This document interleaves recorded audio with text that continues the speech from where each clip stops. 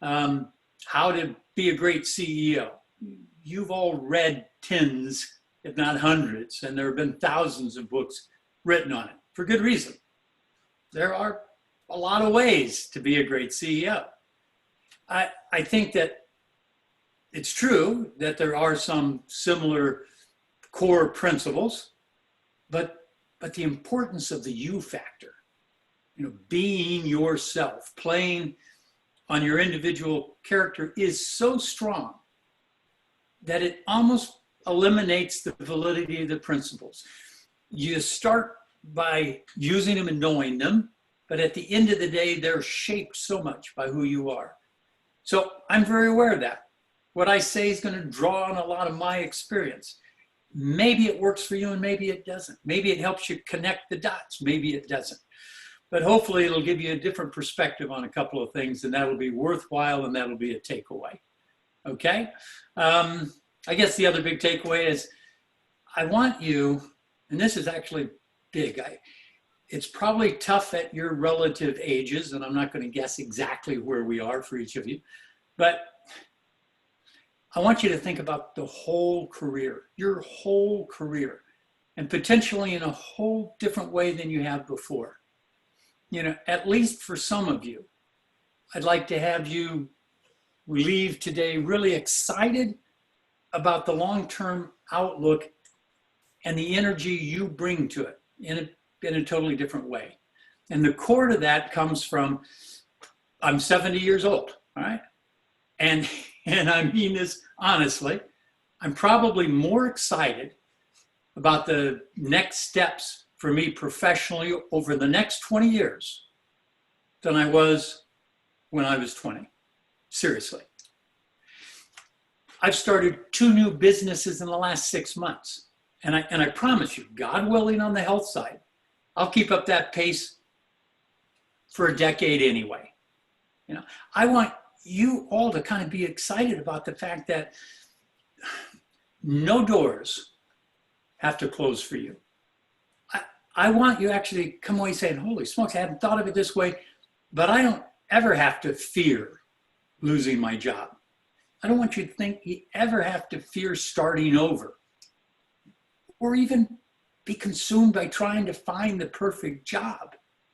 The world has changed, and you folks are in a remarkable position. You don't have to worry if you aren't sure what you want to do or what you want to be. Those days aren't history. The days that the first interview question was, what's your 10-year plan? Or what do you want to be when you grow up? Rarely do they get that little edge anymore. But, their expectation that there's a fixed and good answer, a right answer, I think is largely over. I mean, if asked, you can now answer it in extraordinarily different ways. I think it, I don't know, for the somewhat younger of you, it was probably Madonna, but it probably goes back to David Bowie, that really popularized the concept of reinventing yourself. But it should be the mantra of every young aspiring business student. You're going to live to be 80, 90, 100 plus. And what you want to be today versus what you're going to want in 10 years, in 20 years, in 50 years is going to change as you grow, as you learn, as you develop new skills, passions, as you learn new lessons. And unless your wiring just won't permit you to be comfortable with that change, you're going to get the most out of all of those options if you nurture a mindset that's ready for it. So let me kind of ground all of that in a quick recap of my business life story. I mean, I'm kind of saying at the heart of it, I want you to be excited that I want you at 70 to feel like I do, which is very, very far from sitting on my porch and watching grass grow. I want you to get excited about the fact that, holy smokes, you've got 40, 50 years ahead of you before you're sitting in my shoes, and I'm excited about the next 20. If anyone had ever talked to me that way, in 1970, I would have laughed. I joined Citibank and assumed I would spend the rest of my business life there. And by the way, that assumption was that it wouldn't be the case that I'd be there at 70, that I'd probably be retired, that I would have managed it well, had a good sum of money, and enjoying a boat and playing golf, playing tennis. I probably would have been that ambitious that I would still be playing tennis at 70. But the way things have unfolded isn't unique to me. It doesn't have to be unique for you. The world has changed. If your mindset is there and it's what you want, you've got so much variety and opportunity ahead of you.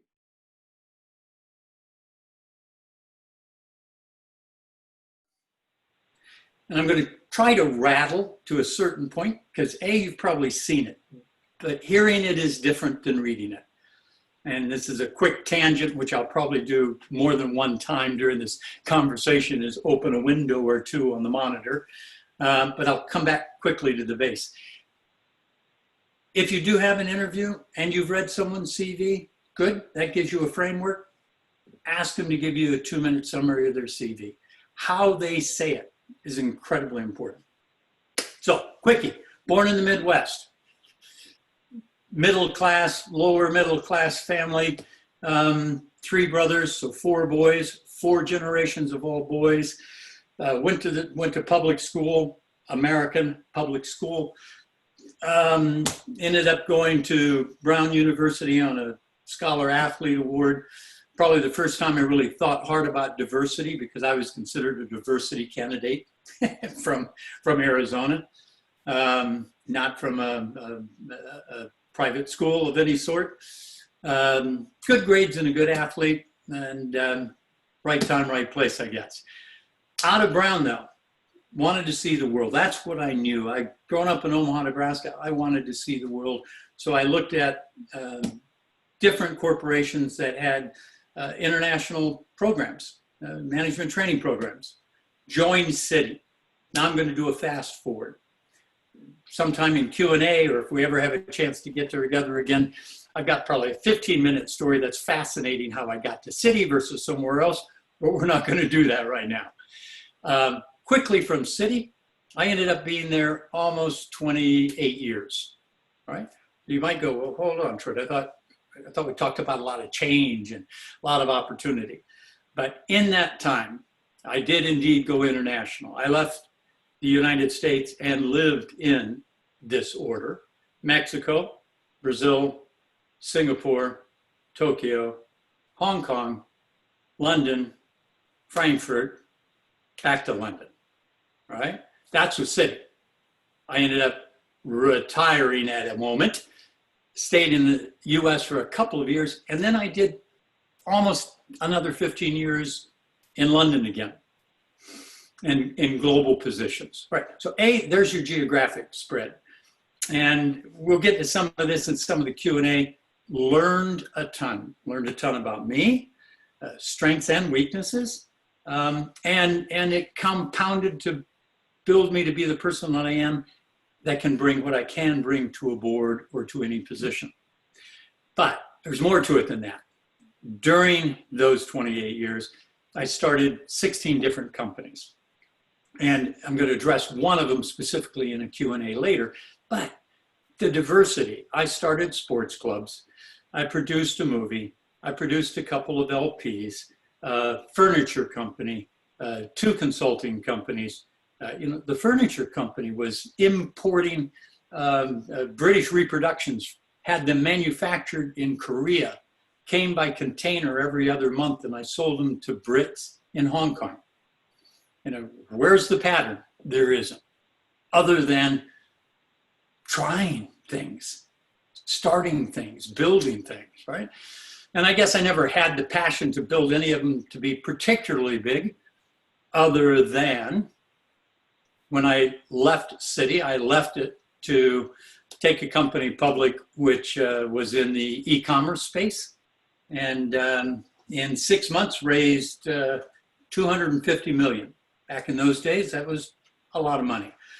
And Citi was going to take us public. And a month before we were to go, we would have been worth a little over $1 billion in terms of the valuation that they had. I would have been a very wealthy guy. I went to that year's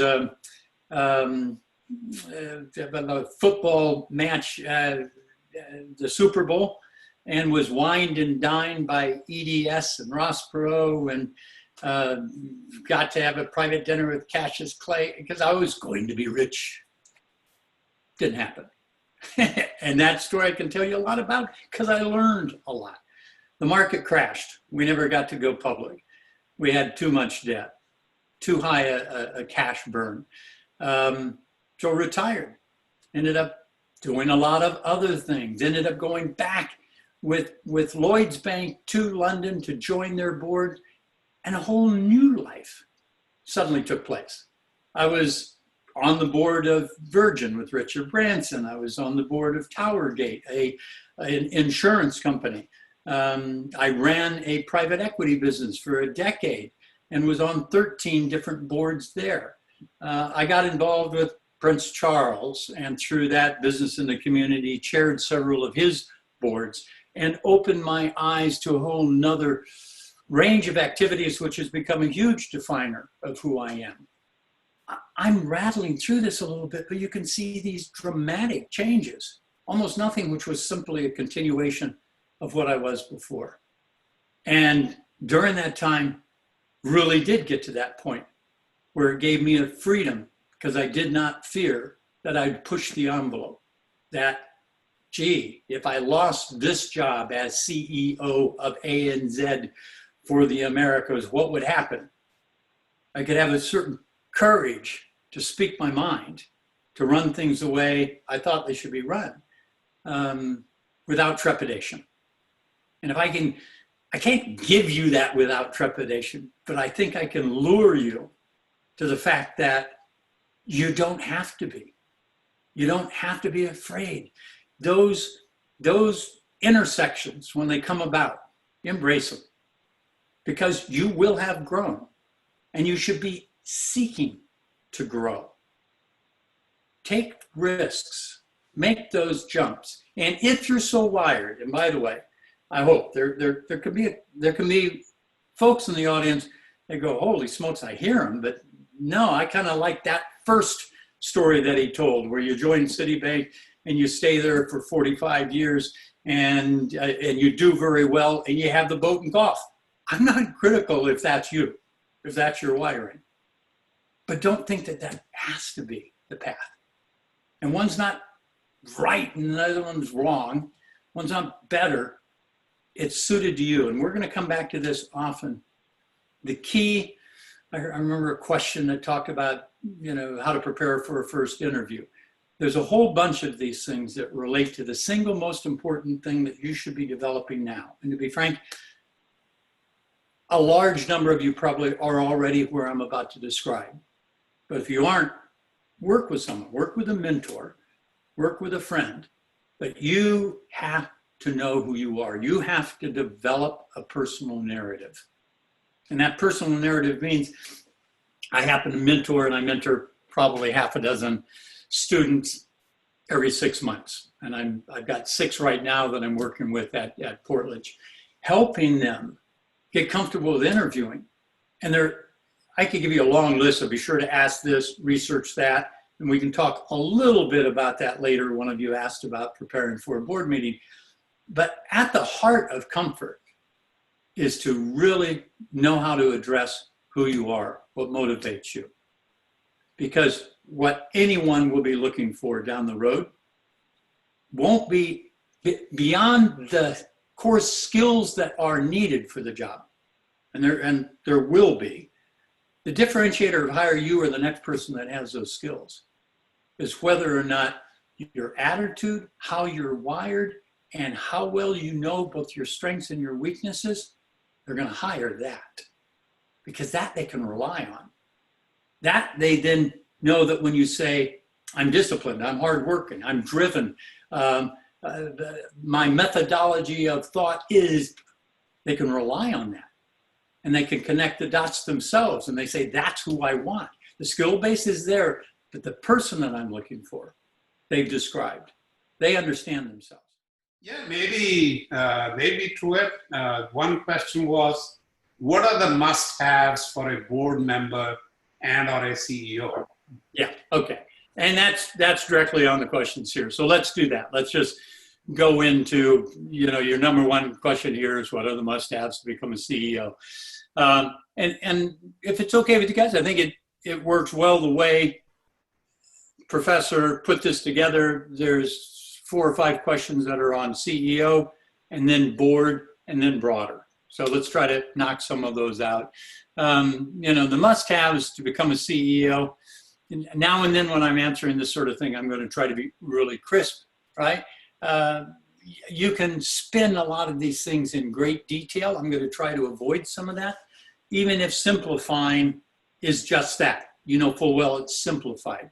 But also, I'm going to try to get at the heart. So the must-have to be a CEO, to be frank, is a 5-letter word that I won't use, but it means moxie, all right? It might be a little bit flip, but in the world we live in, the courage to start a business is all that it takes.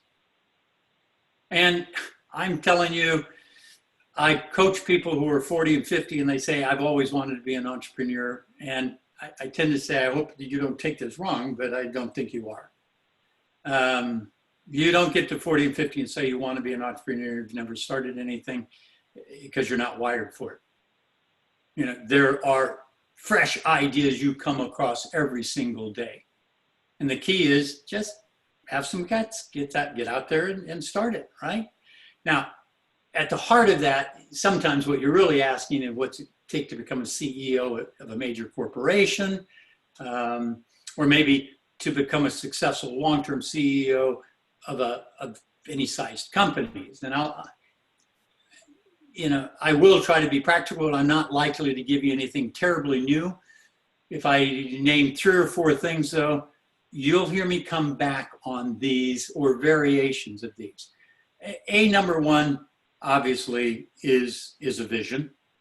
And secondly, to be a strong communicator, you have to be credible, right? That gets down to how well you communicate, how well you know yourself.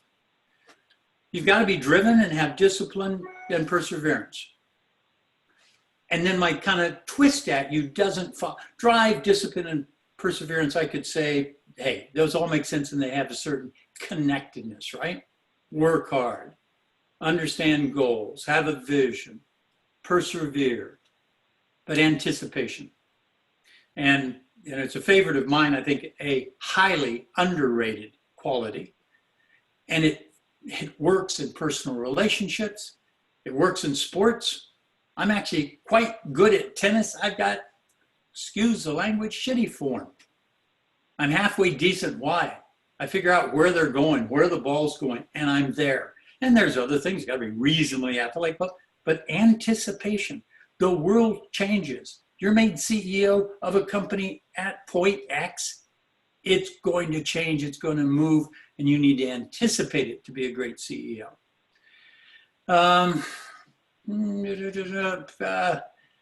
In a large company, there's something a bit different. In a large company, you can get to the CEO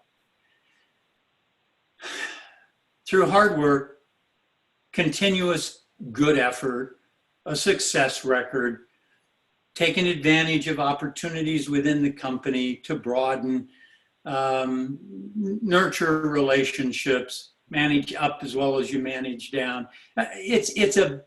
There's a little bit of something different there. I mean, you depending on the firm, you obviously have to you make sure you've got core expertise in the area. So if you want to be the CEO of an insurance company, you're not likely to make it coming up through marketing.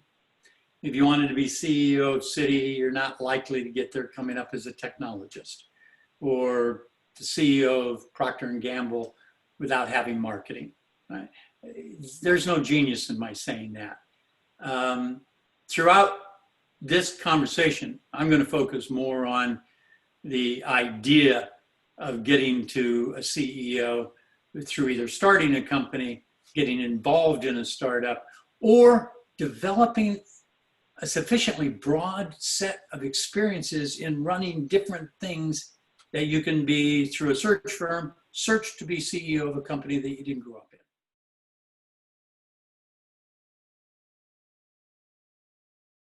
in. Okay, three. If I had to say three, the beauty of that, of course, is I'm sure if you asked me in 2 weeks, I might be a little different. I hope I wouldn't be too much. Number one, and this isn't too much of a stretch. I've got 2 brand new CEOs that I'm mentoring right now. And I always start with listen. Listen before you act, you know.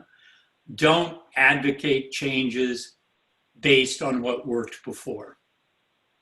You know, demonstrate to folks that you know how to listen, that you'll draw on your experience, but you're not going to imprint on a new environment because it worked before. So it starts with listen. And then actively and openly and honestly, so those descriptors aren't casual, communicate. And if it's in a large company, whatever Yammer-like channels that they've got, get on them, engage. Show your enthusiasm, get to know people. And when the CEO of QBE, and I'm the chairman there now, but when he started in the fall, number one, combining with listening, but he had to walk the floors. He had a predecessor who literally lost his position because he was unknown to his employees. They didn't think he cared. He wasn't visible. He didn't stop and lean up on a desk, ask them about the photo on the desk, ask them what they're doing, get to know them. And I'm going to come back to you later. All of that's no good if you can't remember it, right? But it's not no good. It has a value. But for it to be bought as genuine, you're going to be able to reference it later, right?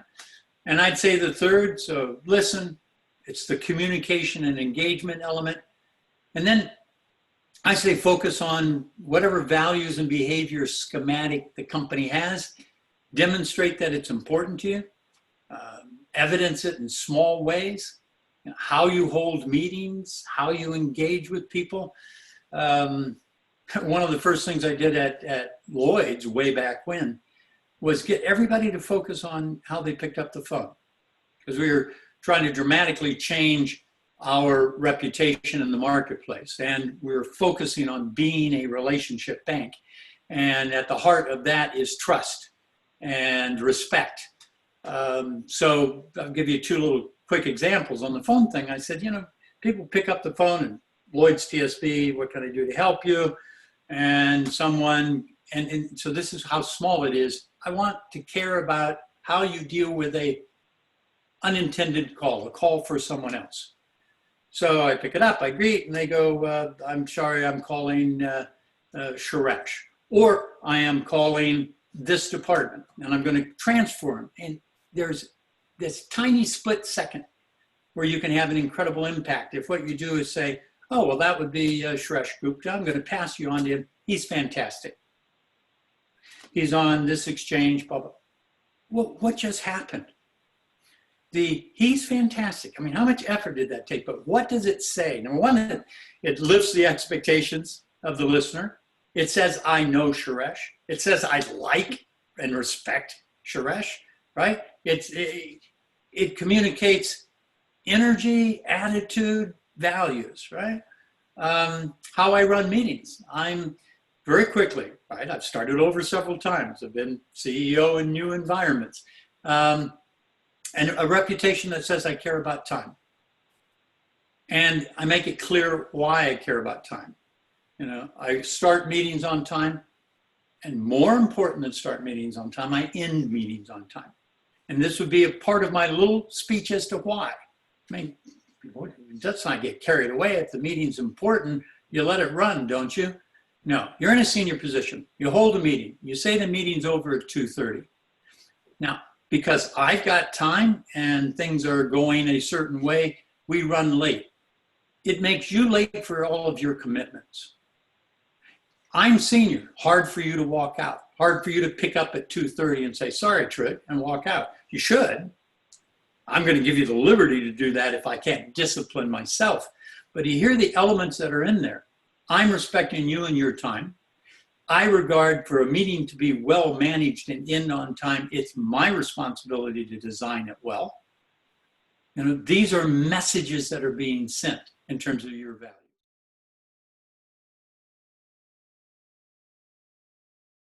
All right, this is a good example of where I'm probably going to get a little bit, I don't know, flip. Probably a little contentious to say this. Fundamentally, the pros of being a CEO are money, power, and fame. You know, move on.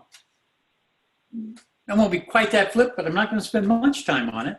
I've heard people wax, oh, it's a psychic reward that I feel. That you feel what? By being number one. The pros are you're highly paid, you have authority and power. It means different things to different people, and you're recognized broadly for it, if in some circle, if not big circles. Those are absolutely good pros to being CEO. But the fact is, for me, the cons, too much bureaucracy. You're too far removed from your staff, typically. You're too far removed from your clients, typically. That too much bureaucracy is related to the next two. All the things you have to do as CEO take you away from walking the floor, from seeing people, from seeing clients. You do the best you can to get that back, but there's what the balance is. And most of the things that are genuine about the satisfaction that don't fall under money, power, and fame, you can achieve by running a division really well, by running a team really well, by running a charitable group really well. Quick sideline. Right now at this stage, you know, I am on 5 boards. I chair 3 of them. What do I do on Tuesdays and Fridays? My Tuesday and Fridays are fully committed to food lines, right? 2 food pantries on Tuesdays. And guess what? Do I run them? Hell no. I manage the line in the parking lot. Now, what do? I find ways to innovate. I've got my daughter now. We've set up tables. We set books and games out for the kids in the back seat. And that's becoming kind of a thing. And not because I want it to be applauded and I'm getting some fame for it, but the fact is, I love the servant mentality. I love being part of something that's working really well. And I'll tell you, I get as much satisfaction from doing this really well as I would from running it. And guess what? Just what I said is true. If I ran it, I'd speak to fewer of those people driving that car and understand less about what it means to not have a job and to be hungry. I can start to get emotional, right? It's not being the CEO that gives you most of that satisfaction.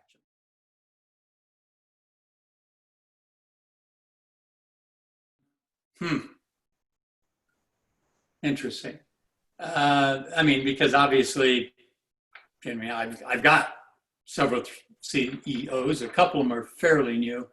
I'm not so sure. I'll try to mix. Most of the things are the same, I would say, not impacted by CEO, but if I try to get into some of that, obviously lots of communication, more than you normally would, right? I think that it's important to have a view. So communicate a lot, share things, have a view. You got to see that technology is safe in this environment. Everybody's got access. If you're remote, then what offsets it? Excellent technology. So we've spent a lot of time at QBE making sure everybody's got the right laptops, the right PCs, that they've got the appropriate bandwidth. You can't handicap them if what we're trying to do is virtual teams. I would say set up discipline early. In this environment, I'd be encouraging corporate social responsibility because it gets back to that values and behaviors, what's important to you. And focus hard in this environment on building team. And I think there are probably some tricks in this environment. I think you need to shift engagement responsibilities. I think you have to keep things crisp and engaging. I think you have to get into discussions about what's working well. And as I said 10 minutes ago, anticipation. You got to be thinking of new office designs. In my opinion, I try not to use never. It's going to take a long time before we're back in an environment, in an office environment that we considered normal. I do believe there will be a new normal, and it's not likely to look much like the old one. We're expecting at QBE that we'll never have more than 50% of the people that were at 55 water back down at 55 water. Never. If you talk to Mike over at Citi, he'll tell you they don't expect 50% back in Manhattan. But does that mean then that, okay, I can release 60% of the space and simply set up or only 50% and use 20% for hot desks? That's forgetting that we're pulling some of what we're pulling off right now because it hasn't been that long. People who had established team are largely in their teams. You're going to start getting turnover. And building team camaraderie is going to be difficult. So do you want that person who's maybe never been in the office, will come in the office every other month for a day or two at a hot desk? They might as well not come into the office. So what's the space got to look like? I think it may well be that large, heavy-duty companies like a QBE or a Citibank are going to actually have to make spaces that look more like the .com that I helped build last time around. You're going to want them to come into the office and interact with people, play with people, brainstorm, be creative. How do you build those spaces? It won't look exactly like Starbucks in Seattle in 99, but there'll probably be elements of that. That's exciting. So I would try to get their juices going in that sense.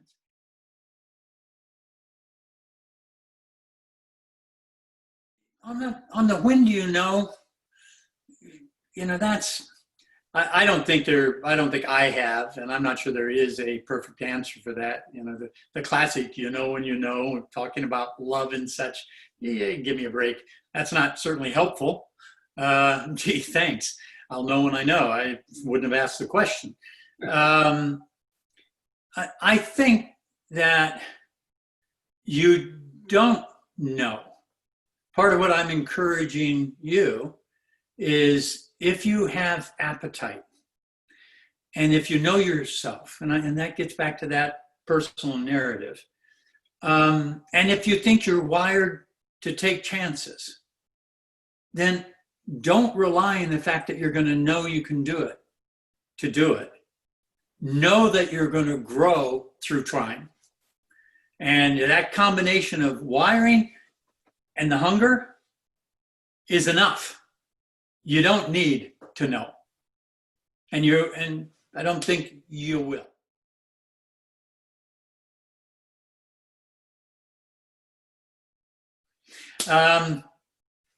Toughest decision. Yeah. The one that comes to mind, and I'm sure if pressed, I could come of different ones of different character, probably would have been eCharge. So this was the company that was about to go public. I would have made it. When the .com started crashing, we knew we didn't have enough money. And I will avoid specific names of companies. There are companies that did well and came out of the .com, one in particular. And we were in discussions with this company for doing a big deal with them. That if we did, probably would have allowed us to get some Chinese funding.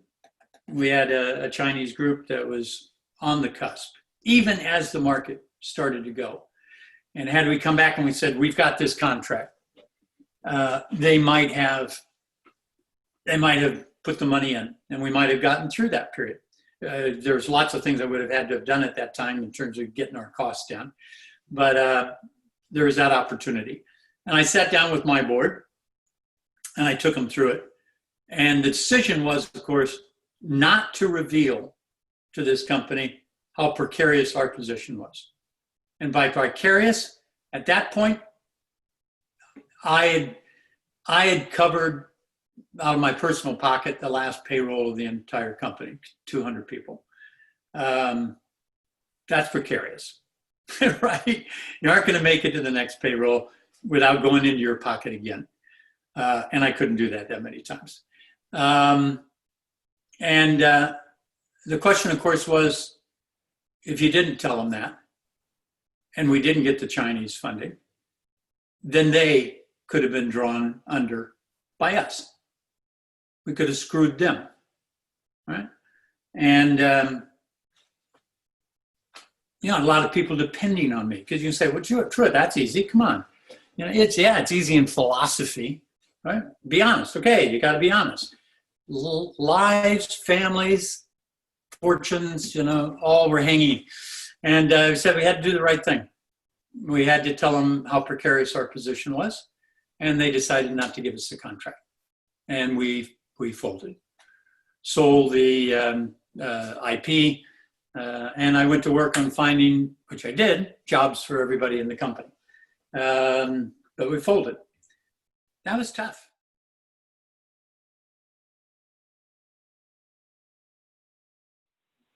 I have always been.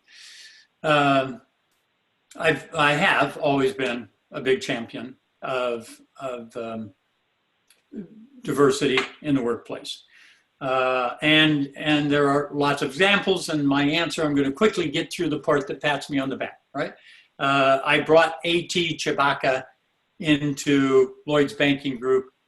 This is an extraordinarily good friend, a man I love, a man of great faith, and he is black as the old traditional Bible, a citizen of the Congo, heavy with accent, absolutely looks the part. And I'm telling you right now, folks, making him the senior most black in London finance was no small feat. And I did it with pride because he's good, and because we shook up the system. I was chairman of an Indian company board with Surender's company called Surrender Aurora. 8 years chairman, and I was the diversity candidate on the board. There was no one else who wasn't Indian, and I absolutely loved that. I have changed the mix on every board I've ever been on. And I am right now in the consulting company that I chair here in the United States. I have lined up for the next 3 months speakers of diversity and female Indian, A.T. Chewbacca, et cetera, for a series of open discussions on diversity. So champion it. The world's never been more ready for it. It hasn't always been easy. And my appreciation does, as the quick story goes all the way back to being a boy of 7 years old in Omaha, Nebraska. My grandmother was from North Carolina and was a fairly prototypical, stereotypical woman of her age from that time. And I had asked if I could bring my little buddy home from school, and he was my best friend, and I brought him home, and he was black, and she wouldn't let him stay. And I was wounded and confused, but it began then. My parents were upset with her, and I guess as a little side principle, again, conscious of time, but we had a discussion last night. My wife is on a number of boards. She's on the board of Restore, which is the largest safe house for trafficked women in New York. And we were looking at a couple of people who might come in and help fund. And we were talking about what it takes to change some of this. And I believe there are things, and I like to actively do them, but the most important thing is to work with our kids. And I shared with them try to avoid the emotion behind it, but there's a great little poem that talks about we got to teach our daughters the difference between love and lust and respect and all these things. And then the last line is then teach our sons to be that man. And it's at the heart of it. It's got to be a generation that just starts and sees it from the beginning differently. And we can do that. It may take that generation, because I think there's a limit to how many 55-year-old folks set in their ways we can change. It's one of the reasons I'm a huge fan for getting young elements on every board. Well, why does a board that averages 62 years old, white, from the same background, think that they're going to help change the environment within the companies? And they're not. They need to bring fresh minds, and we have to focus on making sure each of us, that's the one thing we absolutely guarantee we can do, is we can each change our children's attitude.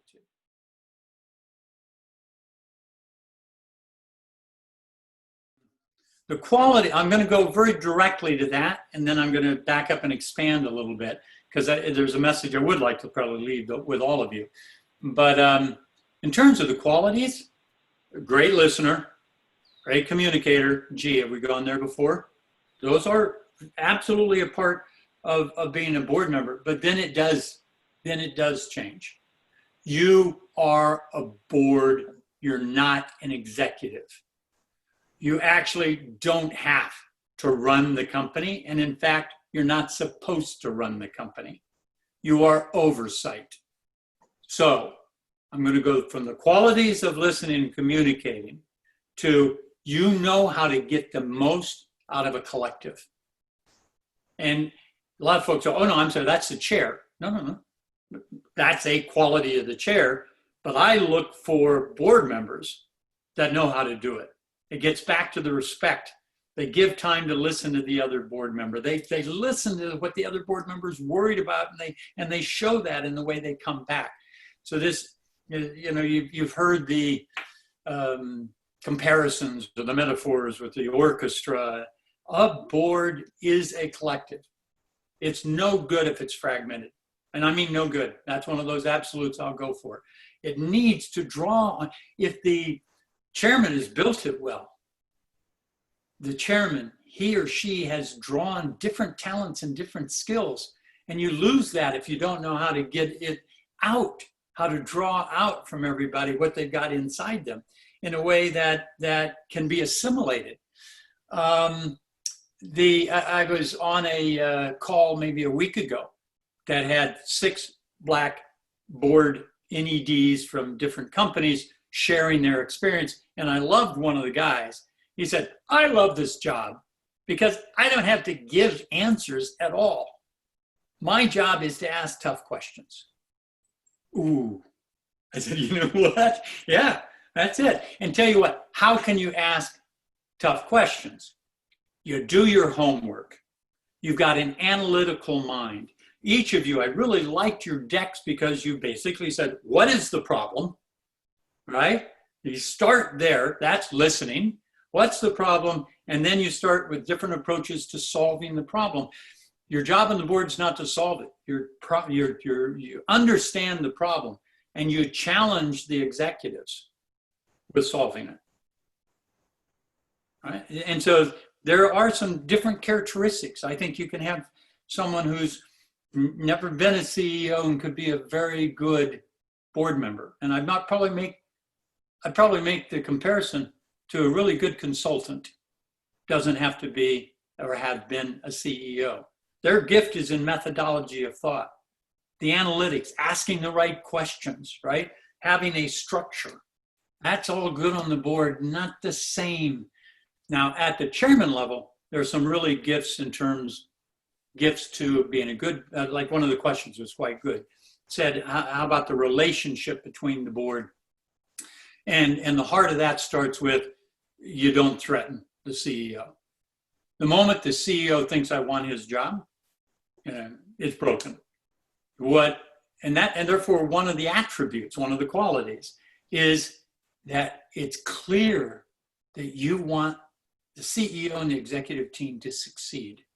You champion them with the staff. You champion them with analysts. And you don't ever undermine yourself in thinking you can make a casual conversation that won't get back. So you're true to your word. You are there to make them, and you got to get a certain satisfaction out of making them successful. Right?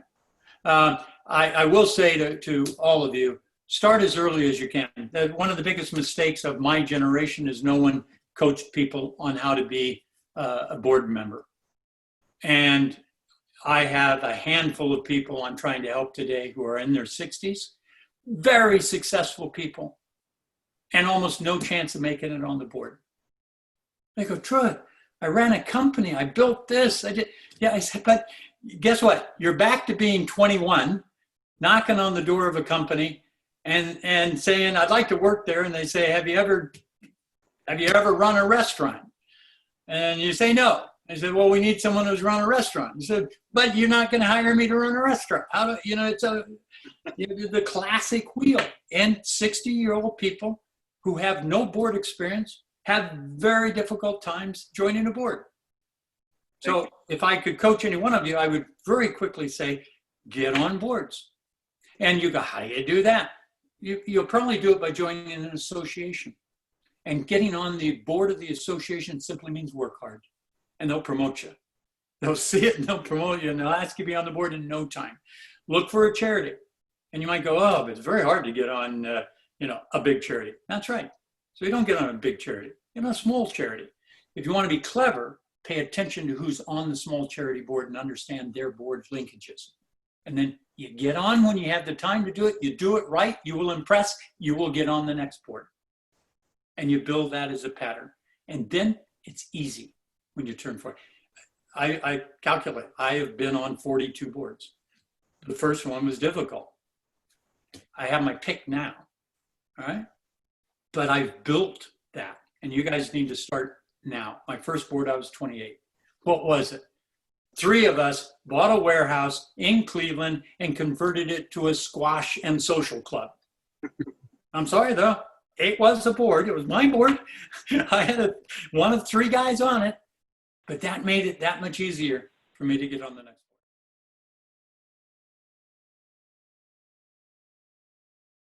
Professor, you have a last one for me?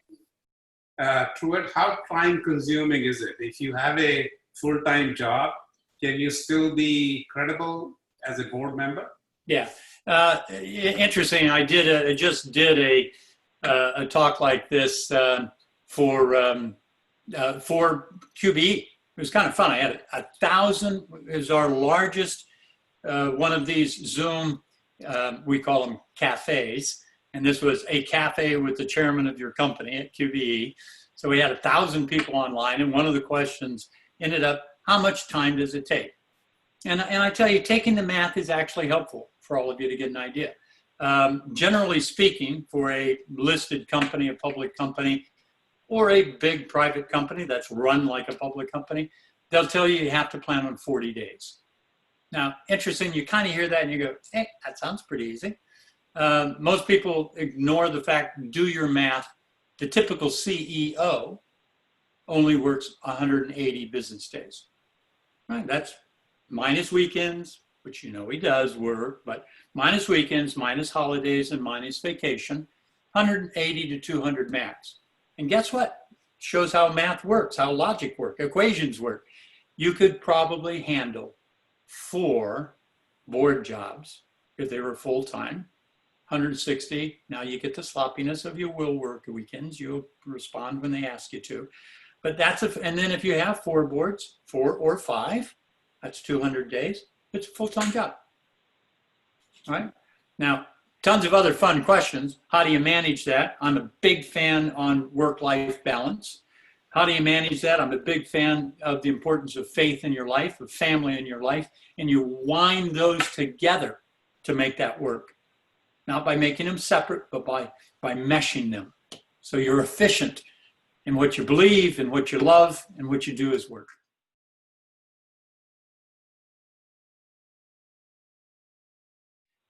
It's not a casual term.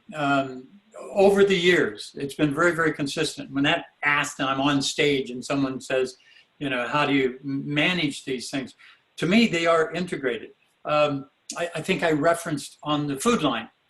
My daughter, I brought and I said, you manage what we give to the kids in the back seat. I kind of had a germ of an idea, but you manage that. My son holds the stop and the slow sign, steps out in the middle of the street when we're ready to send 8 cars up the hill, right? That's the food pantry. You might go, yeah, that's a food pantry trip. Company I just started. You could all look up www.socialbookclub.com. We've just started this a month ago. Family, all 4 of us, my wife, both of my kids, and they all have responsibilities. And they're contributing already. My wife has an MBA. She's on several boards. I support her boards. She supports mine. I talk to her about my business. Everybody's not the same. I started that way, saying, right, you could all be wired differently. But the way I make it work, I talk about my business. My son has invested in one of the private equity firms that I mentor. Yeah, he's young. He does trade. He's a Robin Hood nut, but put 10 grand in. So, you know, the CEO of the private equity firm has him on the call, and he loves it. He's engaged. So for me, you know, we're a very close family, so that makes some of this work, right? We pray together at meals. We attend church together. We do things. The pandemic has not been difficult for us, and I borderline feel embarrassed. But this pandemic, my best friends are my wife and my 2 kids, and gee, we've been made to stay together all the time. You know, gee, horrible. But I tend to find, certainly it is for me, that I think if I had to separate them, not share, not envelop them, not let them. I did a breakfast maybe 10 years ago in London at the Arts Club, at the request of Branson, and we had about 20 CEOs, and I talked to them about the value of praying as a way to communicate with the kids. I mean, we all know it in terms of communication with our maker, but kids don't get to go to the office and hear you talk. They don't, my guess is not many of you, if you have children, presented today your deck to your kids. They don't know how that presence that you create. But in a family prayer, you are talking, quote unquote, to a third party. They hear you be articulate. They hear you be humble. They hear you ask for things. They hear you reflect. And these are all things you want to teach them to do, but you know full well if you pull them over and you say, I want you to reflect more, you know, yeah, Dad, yeah, right?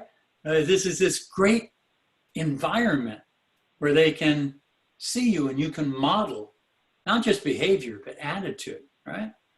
And yeah, so I could go way down that path, but just to give you a little feel.